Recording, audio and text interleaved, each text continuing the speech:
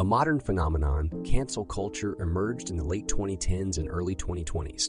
It denotes a societal pattern wherein individuals deemed to have behaved or expressed themselves inappropriately are socially and professionally ostracized or boycotted, often extending to social media and beyond. This form of ostracism, sometimes referred to as canceling, primarily affects public figures regardless. Many question whether cancel culture is a genuine phenomenon or simply a reiteration of boycott tactics used historically. Some individuals targeted by such boycotts or cancellations continue to maintain successful careers despite their so-called cancellation. The conception of canceling began to pervade social communication platforms, specifically Black Twitter, around 2015. This new usage suggested an absolute withdrawal of support for a person or cause. The term evolved to encompass various forms of online shaming, typically triggered by a single provocative statement, leading to heightened outrage against a single entity. With the increasing occurrences of such incidents, a culture of outrage and cancellation purportedly began to take shape. The cancel culture narrative gained additional traction in the late 2019s and early 2020s. It has since become a recurring theme for American conservatives to articulate perceived overreactions to politically incorrect speech. However, proponents of cancel culture maintain that it is an essential tool in promoting accountability and empowering marginalized voices. Unrelated but conceptually similar, the term call-out culture, associated with the Me Too and Black Lives Matter movements, influenced people to openly confront their abusers and oppressive systems. Both movements leverage this strategy, underscoring their collective goal of countering imbalances of power and demanding more than mere apologies or retractions. Despite contrasts in their application, cancel culture and call-out culture share a common thread, wielding public opinion to challenge established power structures. In an illuminating analysis, Pippa Norris, a Harvard University professor, explores the complex debate around cancel culture. Advocates insist it amplifies marginalized voices, while critics warn that it inhibits free speech and curtails open debate. Norris emphasizes the significant role social media plays in fueling cancel culture, as it connects and intensifies the disputes between cultural activists. Furthermore, she proposes that the spiral of silence theories can explain why some people hesitate to express minority opinions online, fearing criticism for breaching mainstream norms. In their book, The Coddling of the American Minds, 2018, social psychologist Jonathan Haidt and free speech activist Greg Lukianoff assert that call-out culture is a product of safetyisms on university campuses. This represents a moral environment where individuals resist compromising for the benefit of others. However, Keith Hampton, a media studies professor at Michigan State University, contends that while this culture bolsters political polarization, it does not necessarily change opinions.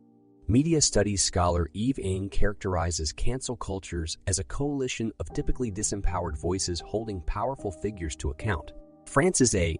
Lee, scholar in cultural studies, suggests that the culture leads to self-regulation of unacceptable or inappropriate views, according to Lisa Nakamura, a media studies professor at the University of Michigan. Canceling is a form of cultural boycott. It is the epitome of personal agency, deriving from people's desire to control their media experiences and their demand for non-centralized accountability. However, there's a call for modifications to the current approach of cancel culture.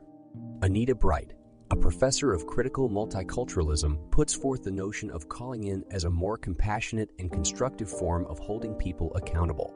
Anna Richards, a clinical counselor specializing in conflict mediation, also believes in the capacity of call-out culture to function effectively, provided we learn to critically examine our motivations when criticizing others. The phenomenon of cancel cultures and its implications upon free speech and censorship has sparked a flurry of discussions across the globe. Former U.S. President Barack Obama advocated understanding and compassion, arguing that even people who make remarkable contributions can have flaws. In contrast, his successor Donald Trump accused cancel culture of being a tool of repression, likened it to authoritarianism, and claimed its aim was to instill fear in ordinary Americans. However, these claims were countered by allegations of Trump's own attempts to cancel certain individuals and corporations.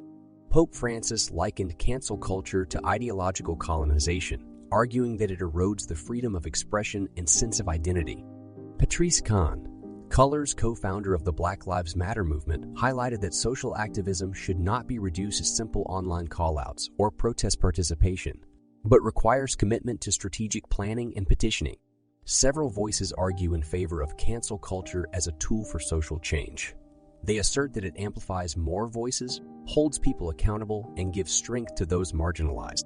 Lisa Nakamura, a professor at the University of Michigan, describes it as a cultural boycott.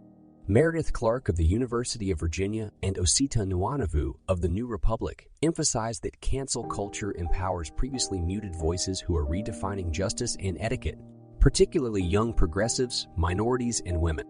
The debate reached a height when 153 public figures signed an open letter published in Harper's Magazine condemning cancel culture.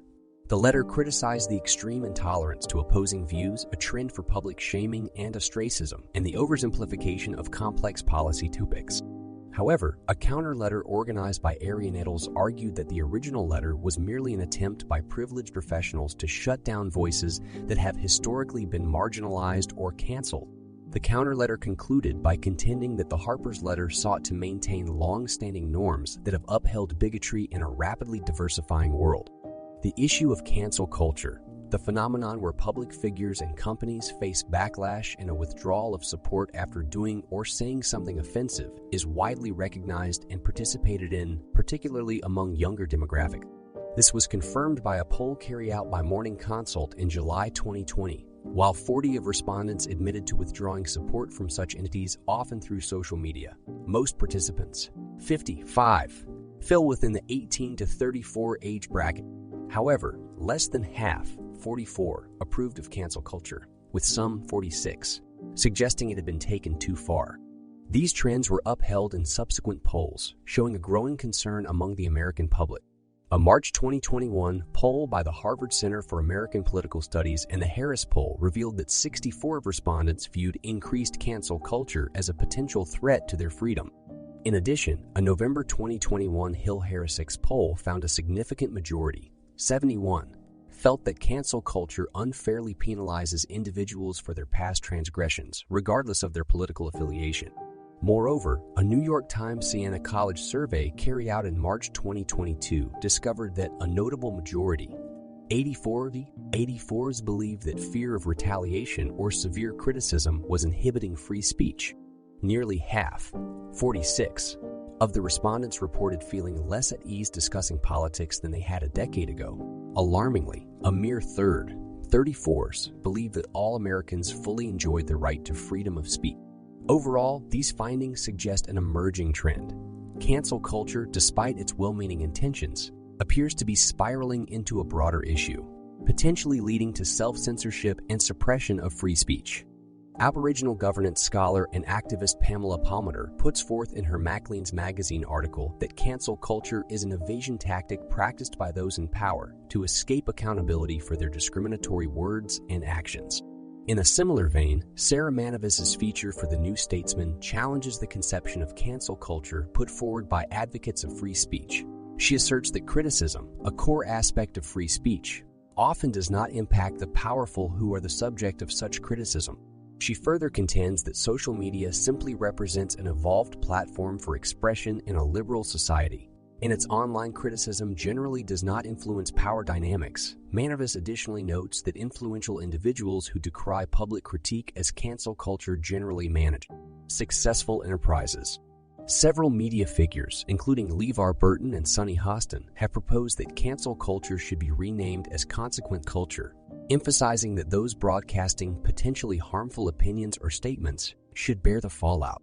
South Park, the American animated television show, satirized cancel culture with its Cancel South Park campaign, with references to pop culture and political events featured in its episodes. Dave Chappelle's 2019 stand-up comedy show Stick Stones used cancel culture as a key theme, and it was also the subject of satire in the 2022 movie Texas Chainsaw Massacre. Lastly, the film Tar, released in 2022, was appraised by critics for its exploration of cancel culture themes.